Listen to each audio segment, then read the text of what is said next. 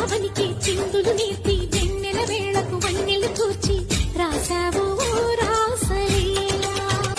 ఒక పక్కన రక్కసి మూకలతో సమరాలను చేశావు, ఈ పక్కన చక్కని చుక్కలకి మరి తీరలు